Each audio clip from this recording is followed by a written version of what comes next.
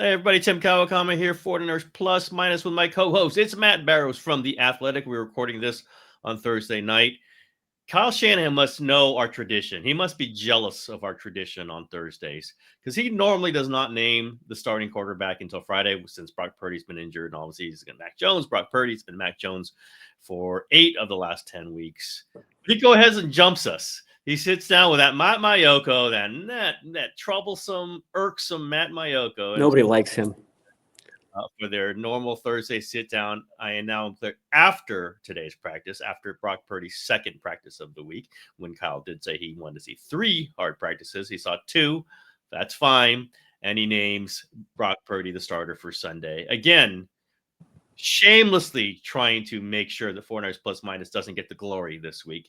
Just naked grab for attention by the head coach of the 49ers. But also Ricky Pearsall, I guess. Kyle Shanahan, for someone who did not do a press conference today, sure made a lot of news. I know. It was corporate partner day for Kyle Shanahan. Yes. Doling out the early Christmas gifts for his corporate partners. Kyle goes wild on Thursday. That's okay. He will talk about it tomorrow. He did not say any of these things yesterday in the press conference. It's the way life goes. But I guess he decided to throw us a lot of topics. Okay, Brock Purdy spoke today, as is our tradition to name the starting quarterback. It's the guy who talks to the media on Thursday. That was Brock Purdy. Barrows, what did you think of, one, the declaration from Shanahan to Matt Maiocco that Purdy will start on Sunday, and 2, how did Purdy describe how he's feeling right now? Well, at first it was going to be both Mac Jones and Brock Purdy were going to talk. But then midway through the open locker room period, that was changed to, it's just Brock Purdy, because all of a sudden the cat was out of the bag. And we knew. I mean, I kind of think that, Shanahan knew he was going to get asked these questions. It might be just like a fatigue factor for him. Yes. Let's just get it over with. Yeah. I've been dancing and dancing and dancing. I'm just going to stop dancing. Let's just say it. But he'll set in separate corporate entities, which is very. There you go. Yeah. But Purdy seemed confident that he was okay. I thought that the most important things that he said is that no one that he's consulted, and apparently he's consulted a number of doctors on this, has said anything about surgery.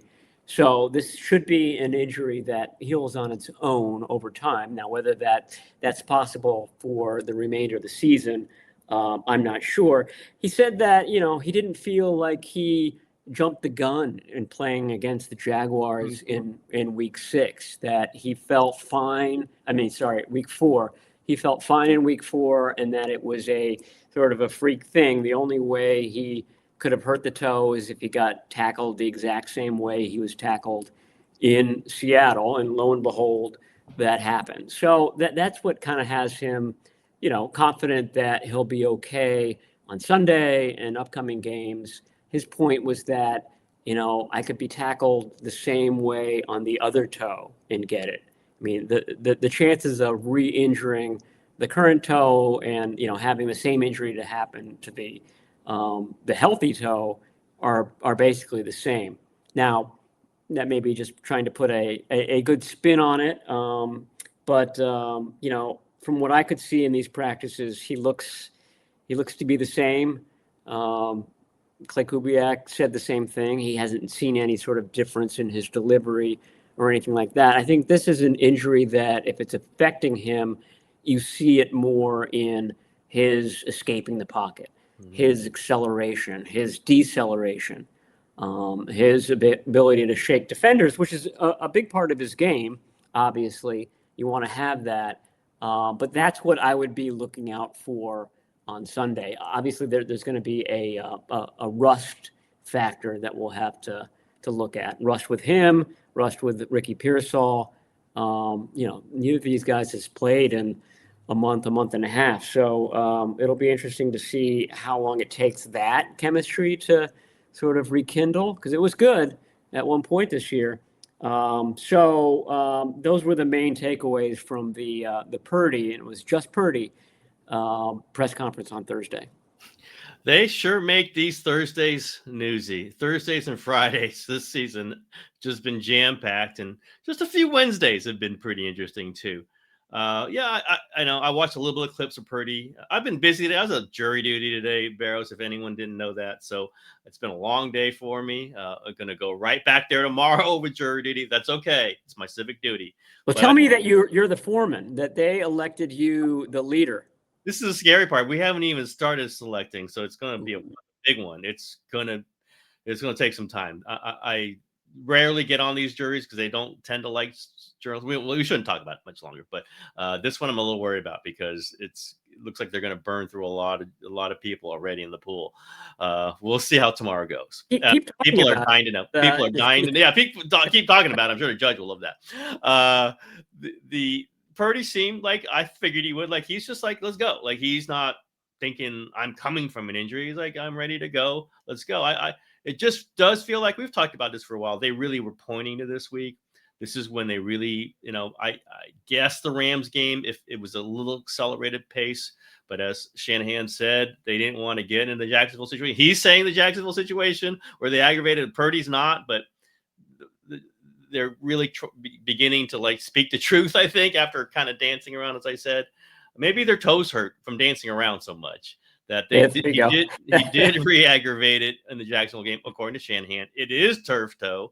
Well, what did Brock say today? A variation of turf toe? Yeah, and I looked that up to see if that was a thing. And there are variants, and maybe that's what he wanted to say instead of variation. It's obviously on the kind of the lower end of the variants because it won't require surgery, unlike a Joe Burrow. But the end result is kind of similar. I mean, Burrow thinks that he's going to be able to play, possibly by the end of this month, and this is when Purdy's coming back. Obviously, Purdy did come back for a Week 4 game and then aggravated the injury. So, I mean, I think that as long as nothing else happens to it, the prognosis for the offseason is good. Got through the massive Thursday practice. We've seen them in the rain. We've seen them lose players in these Thursday practices. So Brock Purdy almost certainly will be starting and playing on Sunday. Ricky Pearsall will be starting and playing on Sunday. It's just out in the ether. You and I don't buy into this quarterback controversy stuff at all. But we know it. If he doesn't play well, there will be chatter. Why didn't you just stick with Mac Jones? He's completing passes at an incredible rate. He certainly is playing well. Do you think the 49ers are braced for it? Do you think this is maybe why it took so long? One, because Mac was playing well, and as is logical, you don't rush Purdy back. He's your $265 million quarterback. If you could make the injury worse. But also, two, you don't want him back if he's not going to play great, right? Because it's just going to cause some babble here. Shanahan's sort of been asked these things, and he's always been pretty clear, which is I do believe there's no question in their minds Brock Purdy starting quarterback. But there were certainly some overlap on, when he would have been ready, when he'd been sort of ready, would he not play great? What happens if he doesn't play great and yet Mac Jones is there? Is that at all running through the minds of Kyle Shanahan and John Lynch right now? I don't think so. I mean, I think that the abundance of caution, all stems from the fact that he did re-injure it in Week 4, and you don't want to do that again. So they were more cautious this time than they were the first time. I don't think that the injury is any worse than it was in Week 1. And I think it just kind of falls into, this big bucket of things we've been talking about all season, getting rid of the veterans, not doing a lot at the trade deadline. I think that their eyes are firmly on the future. I mean, this is a 2026 team. Looking at 26, we're looking at 27. So, I mean, if they thought that they were a great team, that they needed to win some games in the middle there in order to make the playoffs and to do damage in the postseason, maybe Purdy comes back earlier. But, the fact that they don't think that they're going to do that, plus the fact that Mac Jones was winning games for them anyway, just meant that they could afford to be very cautious with the injury. And they were, And they probably have done the right thing the second time, learning from their mistakes. Yeah, we'll see. I mean, it'll be an interesting watch in Arizona because of this. This makes what would be sort of a not all that interesting game. I mean, by the way, the Cardinals have taken over the mantle of most injured team in the NFC West now. And I know there are a lot of 49ers on IR. Everybody, please don't remind me of that again. I'm aware. I know about it. But I don't know. You might have missed that. Nick Bosa got hurt. You aware wait, about one? Bosa? You said Bosa? Oh, geez. But the Cardinals are dealing with a lot this week too. So maybe they're a circle the wagons team. Boy, there's not a lot of talent remaining on that offensive and defensive roster right now. I was flashing back to 2023 and I looked it up. Remember those 2 games that Purdy had against the Cardinals? One of them was a 20 for 21 game, like 135.7 passer rating. The other one was 4 touchdowns, no interceptions, like 137 quarterback rating. So I remember him doing. Let me just look it up. And I was like, yes, he had 2 incredible games against the Cardinals. I think McCaffrey scored I want to say it can't be 5 touchdowns, 3 touchdowns. There was one game where McCaffrey just went ballistic. I think that was a 20 for 21 game from Purdy. They both were just MVP. No, he's the MVP. They're both the MVP. Right, yeah. And so there is some history there. Hey, Purdy might struggle a little bit. The thing I keep going back to is even last year when the 49ers clearly were not right, and they did not have Christian McCaffrey, clearly, and they didn't have Ayuk for most of the season, and Debo was their main guy, really wasn't their main guy. Juwan Jennings became their main guy. It wasn't a great offense. We know it. They were a bad team. They put up a lot of yards with Brock Purdy. They just did. They put up more yards than they're doing for Mac Jones. I'm not saying, oh my God, no matter what, he's better than what Mac Jones has been doing, but I'm kind of saying that. Like he was doing that without Christian McCaffrey. Losing games, throwing some picks, wasn't great. He was great in 2023. There's no question about that. I just expect the baseline for Brock Purdy, even rusty, is going to be pretty good. Not great. Probably not great, although we'll see. The Cardinals might roll over. But I just think it's going to be solid. I mean, could you see a shaky Brock Purdy in this game, Matt Barrows? I mean, we haven't seen how he is on the hoof. I mean, is that affecting things? Are the Cardinals able to get pressure? There are lots of variables that could happen. If things start to unravel early on, all bets are off. But I agree with you. I mean, he's got McCaffrey, he's got Kittle, he's going to have Pearsall, he's got Juwan Jennings is healthier this week than he was last week. He's starting to become Juwan Jennings again. Everything is starting, and I realize that I realize there are lots of people on IR. I get it, but it's starting to become a little bit brighter. Dare we say they could score more than 26 points? Is that possible? I feel like 27 will win this one. So they don't even have to reach that magical 30 number. Oh my God. No, 30 is like when Kittle and I think Mac Jones both said that Sunday. It's like, where are you getting 30 from? This team doesn't score 30. That's not happening. Well, maybe we'll see. Maybe it'll happen on Sunday. I think I picked them to score 27. That seemed like just get their season high by 1 point more than they've done 3 other times when they scored 26, including on Sunday when they could have scored more, but they didn't have had a block extra point and went for a 2-pointer. They should move the ball. They should move, even if a little rusty Brock Purdy. But Shanahan teams move the ball. That is like a given throughout the history of this team under Kyle Shanahan, even with Nick Mullins, with CJ Beathard. They don't always score a ton of points. The red zone becomes a huge deal then. But you go back and look how many 400-yard games they've had with whatever quarterback. They've moved the ball. And with Brock Purdy, their chosen quarterback, I imagine they're going to move the ball. And when you have Christian McCaffrey, you often score touchdowns when you move the ball. Maybe even with Brian Robinson scoring some touchdowns. We shall see. I saw that Shanahan was asked, I guess, on Wednesday about playing Robinson with McCaffrey.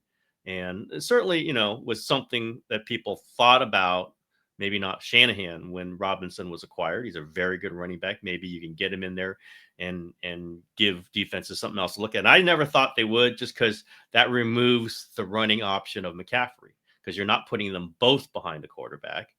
One of them is going to be split out, and that's going to be McCaffrey. They're not blocking backs. Brian Robinson is not a fullback. It just doesn't seem to work. And I guess Shanahan basically said, no, he's not going to do that. And I understand it. I understand why fans would be interested in that. You get your most talented players out there. I just don't see exactly how that works in Shanahan's system. Yeah, I mean, if you're going to have a second back out there, it's going to be a blocker like Kyle Juszczyk. I mean, you have one of the best fullbacks in the last quarter century, so you'll use that guy to do it. They did do a little bit of that when McCaffrey first arrived in 2022, and they were getting good yardage out of Jeff Wilson Jr. at that point, and they had him in the backfield a few times in that game in LA, the one that McCaffrey scored a passing, rushing, and receiving touchdown, but they haven't used it since then. I'm interested in Brian Robinson's snap count too.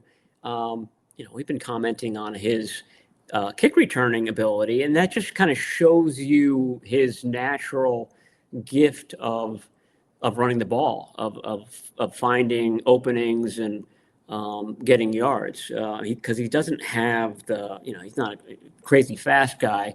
He's just a good, patient, strong runner. That's paying dividends. You would think that the Cardinals would be vulnerable to the running game. They're probably not going to have Mack Wilson, their linebacker, who had a really good game against McCaffrey in the first outing. Josh Sweat didn't practice today. Walter Nolan, their first round pick, he's only played 2 games. He had to come out of the most recent one. He's limited this week, so they're hurting for sure. They had a good defensive game plan against this team in week 3. Remember, that was the Eddie Pinheiro game winner at the end. So I mean, it's a well coached defensively team that is kind of a far cry from the Cardinals teams of the last decade, or the Cliff Kingsbury Cardinals. They went opposite. So lots of tight ends, lots of running. James Conner. James Conner's out. I mean, is he? Jeez. They're Trey Benson. Conner, that's why I got hurt against the 49ers. That's right. He got hurt in the game. Yeah, I think. He got hurt in the game. So that's a big question mark for them as well. They might go with Bam Knight, who might be their starting running back. So again, not household names in this one. So the 49ers should win it. That sort of makes your earlier question about, okay, what happens if Brock Purdy has a dud? Mm-hmm. It would be a dud against a team that's vulnerable. It's not a dud against the Rams. It's a dud against whoever the backup Cardinals are. Yeah, and that's going to the Cardinals offense. I think Jacoby Brissett is probably the better quarterback right now. They've gone with him. Kyler Murray didn't play great against the 49ers in the first game, and he's not played great. And I know he's dinged up now. I think he's on IR, but Jacoby Brissett is a starting quarterback. However, I don't think he's the best quarterback to beat the 49ers. We've seen Kyler struggle against them at times, but he's really bothered them at other times. When things break down, he just runs around and he causes havoc. And they have not had an answer for him sometimes. They're just a guy running faster than they are. And that is not Jacoby Brissett. Jacoby Brissett got sacked 5 times by the Seahawks. Very good pass rush. But I think there might be some sacks from the 49er pass rush. I know it might shock some people. He's a sitting duck. He doesn't have Marvin Harrison. He's not going to have a lot of his other weapons. Again, I like him. I've championed him as a 49er bridge quarterback in the past. Remember when they were going to get rid of Jimmy and draft somebody? Oh, they kept Jimmy and then they drafted Trey Lance. But even in that whole weird little era, and he can throw a nice ball and he's a leader. I don't know if he's the kind of guy who beats the 49ers, given a weaker lineup. And if he had a great lineup, maybe they can just smash this 49er defense. This wounded 49er defense that Barrows has to be reminded has Fred Warner on injury reserve. Oh, he's on injury reserve too? Michael Williams is out. I think Michael, I don't know. I don't know if I read in The Athletic, but I've heard that Michael Williams is out too. I don't think Jacoby, like you would just go, man, there's not a lot of weapons out there, but Kyler, like you just go, he might do something. And Jacoby Brissett is not that guy. He's the system guy. He's a guy who can throw it to the right place at the right time. You know, a Mac Jones type, maybe not quite. Oh, are you saying that he's going to be the 2026 no, reclamation project? Wow. He's further down the road than the coordinator reclamation. He would have been 3 years ago when I was proposing it. He is not that now. I think who did I have on as my guy? I forget now. Oh, Zach Wilson. I threw his name out after we had the podcast. That's a very good call. Because that's a guy that they would have taken third over Trey Lance if he was there. You got me with a Trevor Lawrence. It will not be Trevor Lawrence, but Zach Wilson's the pick after that, the pick between Trevor Lawrence and Trey Lance. And I can't imagine that he's going to be overly chased by teams. Why not? Why not Zach Wilson here? That's my call. Yeah, no, that's a great call. I saw that bandied about on Twitter after we kind of raised it as a topic. Thank you. You're welcome, Twitter. Yeah, to answer your question, the 49ers did have all sorts of trouble with the Rams tight ends on Sunday, but the Rams were trotting 3 tight ends out there. So it put the 49ers in a bind. The Cardinals have an excellent tight end in Trey McBride. They just don't have the other guys. I don't even know if Tip Ryman, their blocking tight end, who had a good game in week 3, is healthy right now. So it's Trey McBride, it's Michael Wilson, that some of our listeners might remember from Stanford.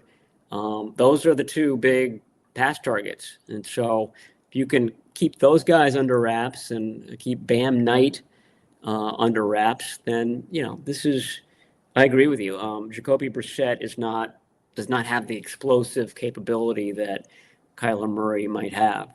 But you need to score points. Yeah. I would be concerned if I'm the 49ers about pass rush. That's going to be a weekly issue for them. They tried to kind of draw it up, lots of blitzes against Matthew Stafford. Not one of them worked. One of them worked. I think they hit him once on a blitz. And I think he scored a touchdown on that play. So, that's going to be a big question mark. It'll be interesting to go over the numbers after it to see if Saleh really pulled back on the blitz in this game, because it's been a little bit of feast or famine with that. What did he say about that today? Just about the blitzing more in general with his defense. I wasn't there for him. I was doing another interview at that time, but he's not gonna reveal it. But I think that they felt like, okay, we can't let Matthew Stafford just sit back there and have all day. The issue with Matthew Stafford is that he read the blitzes really nicely. I mean, there are a couple of wide open touchdowns in the Rams game. Did you see the one where he's looking one way and throws it? No. Did that Sunday? Yeah, I think it was that last touchdown. And I forget which tight end it was. It was a no-look touchdown. So yeah, he's done that before. He did it in the Super Bowl, right? At least maybe not a touchdown, but like a key pass. He's pretty good. That's how wide open his target was. I can just throw it to that side of the field, and it's going to be a TD. He's really good. He might be the MVP, and that's pretty impressive at his age, coming off his injuries. But that's another game. They're not playing Matthew Stafford. It's coming down between Eddie Pinheiro and Matthew. If there's one person 49er fans are 100% in favor of, I don't know. Christian McCaffrey might be in there. Fred Warner's in there, and I think Eddie Pinheiro might be third. Yeah, they are sky high on the sky, and as they should. It's just been this incredible good to go from one place where they were for 2+ years and to go to this guy has been incredible. Although the long field goal was a little line drivey, but hey, it was a long field goal. That was a seeing eye field goal. It was not the prettiest ball flight in the history of the world, but he's incredible, and it is just the difference, the whole difference in the whole world. And now they have a decent special teams. Who would figure? Any other keys for this game? Who keys defensively other than where are they going to get the pass rush? Well, I mean, if you look at their two injury reports, the 49ers only had 7 guys on the report. I think that's a season low for them on Wednesday. That increased by 1 on Thursday, which is a theme this year. Diamador Lenore was added with, what was it, a calf injury. I don't know whether it occurred during Thursday's practice. That has been pretty common this year. He would be the 8th guy who was at least nicked up. Some of these guys have been more than nicked up in the Thursday session.